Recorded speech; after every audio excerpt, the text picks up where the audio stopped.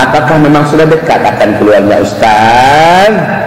Saudara-saudaraku, pada seluruh Nabi dan Rasul gemetaran kalau bercerita tentang Dajjal. Nabi bahkan berkata, seandainya aku hidup saat Dajjal itu keluar ke tengah-tengah kalian, saya yang akan pasang badan melawan Dajjal. Tapi kalau saya nanti sudah tidak ada, Dajjalnya muncul, setiap kalian wajib melindungi dan menjaga diri masing-masing dari Dajjal. Nabi juga berkata, demi Allah, tidak akan ada dari umat ini akan selamat bila ia berhadapan dengan Dajjal, melainkan dia akan kafir kepada Allah dan dia beriman kepada Dajjal. Maka Nabi mengatakan, haram bagi kalian berjumpa dengan Dajjal. Dajjal akan masuk ke kota-kota kalian. Ini kota apa? Cikarang. Dajjal akan masuk kemari. Dajjal akan masuk ke kota Bekasi. Dajjal akan masuk ke kota Bogor. Dajjal akan masuk ke masing-masing kota akan dimasuki oleh Dajjal. Dan itu jadwalnya masing-masing. Rasulullah bersabda, jangan pernah kamu keluar dari persembunyian kamu, karena nanti kata Rasulullah, orang yang paling kuat ada nanti seorang lelaki yang merasa imannya sudah mantap, kokoh, tidak mungkin berubah dan tidak akan mungkin bisa dimurtadkan, tidak mungkin bisa kafir oleh si Dajjal. Lalu dia dengan sengaja keluar dari persembunyiannya, berjumpa dengan Dajjal. Ketika dia melihat Dajjal dengan segala fitnah yang ada pada Dajjal, maka dia pun kafir kepada Allah dan dia beriman kepada Dajjal, sujud menyembah Dajjal. Walaupun Dajjal sudah pergi meninggalkan kotanya, laki-laki itu tetap kafir sampai dia mati. Dahsyatnya fitnah Dajjal. Sebelum Dajjal muncul, kaki tangannya saja sudah banyak memurtadkan orang, apalagi sang Dajjal yang muncul. Wahai hamba-hamba Allah, 124.000 lebih Nabi dan Rasul gemetaran kalau mereka bercerita tentang Dajjal, dahsyatnya Dajjal itu. Dan Dajjal tidak akan ada yang mampu melawannya. Tidak ada, kaum muslim.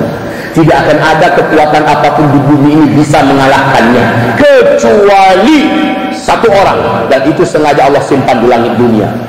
Ketika Dajjal sudah keluar menyebarkan segala fitnahnya, ketika 2/3 penduduk manusia yang ada di muka bumi sudah mengangkatnya sebagai Tuhan, barulah ketika itu Allah turunkan anti Dajjal, dan di tangannya lah Dajjal dihabisi. Nabi Isa alaihi salam. Dajjal ini siapa? Keturunan Nabi Adam alaihi salam, manusia seperti kita. Tapi jangan salah-salah, dia manusia, tetapi fisiknya luar biasa, beda, jelek minta ampun. Dia agak lebih pendek dari kalian sedikit badannya, tapi lehernya dibandingkan leher kalian, dia lebih panjang lagi lehernya sedikit. Bahu kiri bahu kanannya berjauhan, dadanya lebar full daging, dan bahunya mereng. Rambutnya kribo, kulitnya berwarna gelap tapi pucat seperti mayat, dan ada beberapa bercak merah seperti darah di bawah kulitnya. Bila ia berjalan, kedua mata kakinya saling berjauhan dan kedua jempol kakinya saling berdekatan. Jelek. Kedua bola matanya, kata Rasulullah, menyembul keluar. Hampir 2/3 bola matanya ini sudah di luar posisinya, dan mata yang sebelah kanan tertutup. Apa yang menutupinya? Daging kening ini meleleh menutupi mata sebelah kanan, ujung lelehan tersebut nempel di pipi, sisa lelehan itu bergelantungan seperti dahak atau seperti jengger ayam, dan nampak dari tutupan itu tonjolan mata yang sebenarnya sudah hampir lepas, tertahan oleh penutup ini. Sementara matanya yang sebelah kiri sudah bergelantungan jelek, berkabut, dan hitam warna mata kita ini kalau dia berwarna hijau kaca, berkabut, kata Rasulullah sallallahu alaihi wasallam. Orang-orang yang masih ada iman dan terjaga iman di dadanya, ketika ditangkap tak sempat dia sembunyi oleh bala tentara Dajjal, para pengikut Dajjal, tim ses Dajjal. Nangkap nih orang beriman, dihadap paksakan ke arah Dajjal. Dia bisa melihat ada tulisan di antara dua alis Dajjal itu, kafara, yang artinya adalah kafir. Walaupun orang itu kata Rasulullah tidak pandai membaca Al-Quran, nggak ngerti bahasa Arab, tapi Allah kasih paham kepada dia bahwa itu adalah tulisannya kafir. Hanya orang beriman. Orang munafik nggak bisa melihat apa-apa di antara dua ini. Nah, orang munafik dengan cepat menyembah Dajjal. Kaum muslimin secara fisik begitu ya, Dajjalnya jelek. Jadi bukan yang dibayang-bayangkan pada SD kita dulu. Dajjal itu besar, tinggi.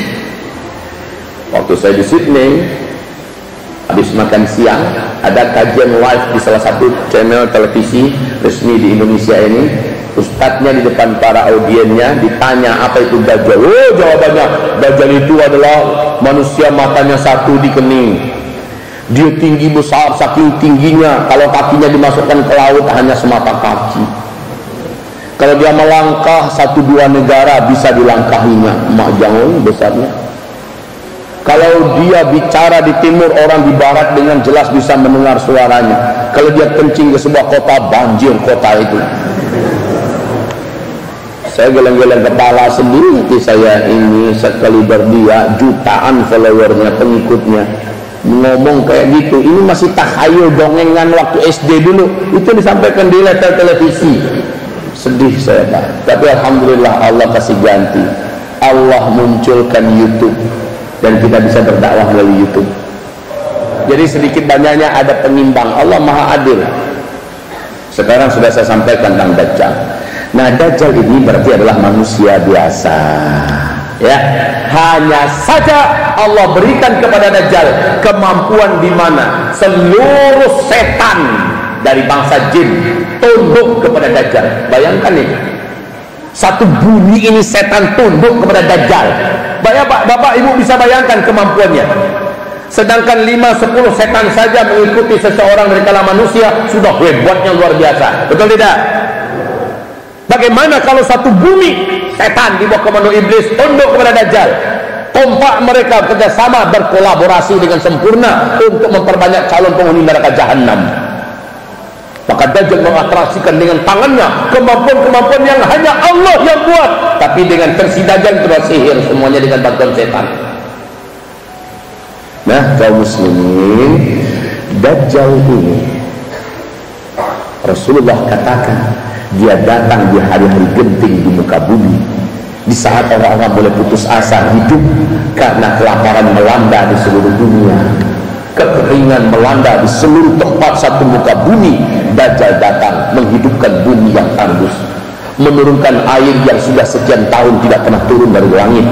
Dajjal datang membawa gunungan makanan, sebagaimana Dajjal mampu mendemonstrasikan kemampuan-kemampuan yang dahsyat. Dan itulah akhirnya banyak orang yang beriman dia benar-benar adalah Tuhan. Sampai tersisa ada orang-orang yang ketangkap dari orang beriman, ditanyakan kepada mereka, kenapa kalian masih belum beriman kepada saya? Apa kata mereka? Sesungguhnya kami hanya akan beriman kepada Tuhan yang kami sembah selama ini, dan dialah yang menghidupkan dan mematikan. Lalu Dajjal menantang mereka semua, bagaimana menurut kalian? Bila yang pernah mati-mati saya hidupkan semua, apakah kalian beriman bahwa saya adalah Tuhan kalian? Maka apa kata orang beriman ini? Jika engkau bisa melakukannya, kami baru percaya bahwa engkaulah Tuhan yang kami sembah selama ini. Maka Dajjal mengatakan, tunjukkan kuburan yang mana yang kalian mau saya bangkitkan semua orangnya.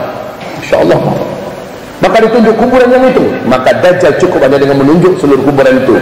Maka terbelahlah masing-masing kuburan. Keluarlah orang-orang yang dulu pernah dikuburkan di sana, tapi dalam wujud fisik masih utuh, seolah belum pernah mati. Mereka keluar, sabda Rasulullah, mereka ini langsung mendatangi keluarganya sambil merayu, hai istriku, inilah Tuhan yang selama ini kita sembah, lihat abang sudah dihidupkannya kembali. Hai anakku, hai cucuku, hai kakek, wahai ayah, inilah Tuhan yang selama ini kita sembah, lihat kami sudah dihidupkannya kembali. Rasulullah bersabda, kalian wajib tahu orang-orang yang bangkit dari kuburan itu bukanlah manusia yang dulu meninggal dunia dan dikuburkan di sana, tetapi setan-setan yang menjelma dalam wujud manusia yang dulu pernah meninggal dan dikuburkan di sana. Itulah setan semua, Pak. Akhirnya sisa orang-orang beriman yang tadi tidak mau sujud kepada Dajjal baru beriman ini adalah Dajjal. Tapi masih tinggal sekelintir kecil orang-orang beriman yang ketangkap, yang masih tidak mau percaya engkau adalah Dajjal. maka Dajjal memaksanya memilih satu di antara dua. Pilih nerakaku atau silakan masuki surgaku. Rasulullah bersabda, dari tangan kanan Dajjal mengeluarkan api yang menciptakan sebuah seolah-olah bagaikan hutan atau gunung yang berapi. Masuk kamu kemari, atau silahkan masuki surgaku. Dari tangan kirinya, hadis ini sahih, Dajjal mengeluarkan air yang sangat besar, dan air itu bisa mengisi sungai-sungai bening, sementara orang sudah lama tidak menemukan air. Maka kata Rasulullah, siapa yang masuk ke dalam airnya Dajjal, kafirlah dia, dan dia menjadi ahli neraka Allah selama-lamanya. Siapa yang mendatangi apinya Dajjal, maka dia sedang menuju kepada surga Allah Subhanahu wa ta'ala. Masuklah kalian ke dalam apinya Dajjal. Tapi Nabi menyebutkan urut-urutannya. Nabi perintahkan, kamu masukkanlah kepalamu ke dalam apinya Dajjal. Kepala dulu Pak, jangan pakai dites pakai tangan, panas lah ya. Kepala dulu, ingat ini baik-baik. Masukkan kepala kita. Setelah kamu masukkan kepalamu, kamu akan merasakan hawa yang sejuk. Maka hiruplah, kata Nabi. Kamu akan merasakan sesuatu yang segar masuk ke dalam, ya, dan masukkanlah seluruh tubuhmu ke dalamnya. Syahid insyaallah dalam keadaan husnul khatimah. Begitu. Itu perintah Rasul. Baik kaum muslimin, Dajjal ini ketika Nabi Muhammad masih hidup dulu, ada hadis yang bercerita seorang lelaki Kristen, dia adalah seorang kapten kapal, namanya Tamim Ad-Dari, punya awak kapal. Ada satu riwayat mengatakan 20 orang awak kapalnya, ada yang mengatakan yang lain 30, ada yang mengatakan 40 orang awak kapalnya. Tamim Ad-Dari ini menyatakan masuk Islam, dan dia bercerita kepada Nabi, kami terdampar di sebuah pulau di tengah laut Yaman. Bermalam-malam lamanya kapal kami tidak mampu dikendalikan karena langit gelap, hujan lebat turun, petir menyambar angin sangat kencang, ombak laut setinggi-tinggi bukit. Kami tak mampu mengendalikan kapal, lalu kami terdampar di sebuah pulau. Kami pun tunggu hari terang, laut tenang, lalu kami turun. Ternyata pulau itu lebat sekali hutannya. Kami masuk ke dalam hutan pulau itu. Tiba-tiba kami dikejutkan oleh seekor binatang berkaki 4, tapi besar, dan bulunya hitam dan sangat tebal. Saking tebal bulunya, kami tak mampu membedakan mana bagian kepala, mana bagian pantatnya. Kami ketakutan melihat binatang itu dan lari. Binatang itu hanya dengan beberapa genjotan sudah mencegat kami di depan, dan berkata, kalian jangan takut kepada saya tidak akan mencelakakan kalian. Mendengar dia bicara, makin ketakutan kami. Bicara pakai bahasa manusia, bahasa Arab. Saya adalah jassasah, mata-mata di pulau ini. Saya sudah sangat lama menanti-nanti orang-orang datang kemari. Kami ingin pastikan apakah kalian dari Arab apa bukan. Maka Tamim Ad-Dari dan kawan-kawannya menjawab, betul, kami dari Arab, tolong jangan celakakan kami. Dia berkata, binatang itu, saya adalah Al-Jassasah. Sehingga hadis ini terkenal di kalangan para ulama hadis, digelari dengan hadis Jassasah. Hadis Al-Jassasah. Kalian tidak usah takut, saya tidak akan mencelakakan kalian. Pergilah kalian ke kuil tua sana. Ada seorang lelaki di sana yang sudah sangat lama terkurung di sana. Dia menanti-nanti kedatangan orang Arab masuk ke pulau ini, ingin menanyakan perkembangan terkini tentang dunia, khususnya di Arab. Maka kami pun lari meninggalkan binatang itu. Dan setelah kami masuk kuil tua itu, kami temukan seorang lelaki tergeletak. Dahsyat laki-laki ini, kuat tubuhnya, kekar, tergeletak di lantai. Kedua kakinya dibelenggu oleh belenggu besi yang berat dan besar. Belenggu itu menyambung kepada tangannya, kemudian menyambung kepada lehernya, terbelenggu dan terikat. Dan kami berkata, kami, celakalah engkau, kami belum pernah melihat manusia sehebat engkau. Maka apa kata laki-laki yang terikat, yang pada ujung hadis Nabi berkata, ketahuilah oleh kalian, lelaki yang ditemui oleh Tamim Ad-Dari dan kawan-kawan di tengah pulau laut Yaman, dialah Dajjal yang selama ini aku ceritakan kepada kalian. Berarti ketika itu Dajjal sudah ada. dan statusnya terikat, terbelenggu. Dan ternyata pengakuan si Dajjal, dia dibelenggu bukan hanya fisiknya, kemampuannya juga dibelenggu oleh Allah. Sehingga Dajjal berkata, kalian jangan takut, saya tidak akan sakiti kalian. Tolong jawab saja pertanyaan-pertanyaan saya. Salah satu pertanyaannya adalah, apakah sudah muncul seorang lelaki ummi di negeri Arab ngaku-ngaku sebagai nabi penutup, nabi terakhir, namanya si Ahmad muncul apa belum? Tanya si Dajjal kepada Tamim dan kawan-kawan. Mereka menjawablah Tamim, udah. Oh, kalau begitu udah dekat masa saya, kata laki-laki yang terikat itu. Kalau begitu udah dekat masa saya. Bagaimana? Ada yang mau beriman dengannya apa tidak? Sebagian beriman kepadanya, sebagian lagi tidak beriman. Apa kata si Dajjal yang terikat? Beruntunglah orang yang mau beriman kepadanya, karena laki-laki itulah orang yang benar dan jujur.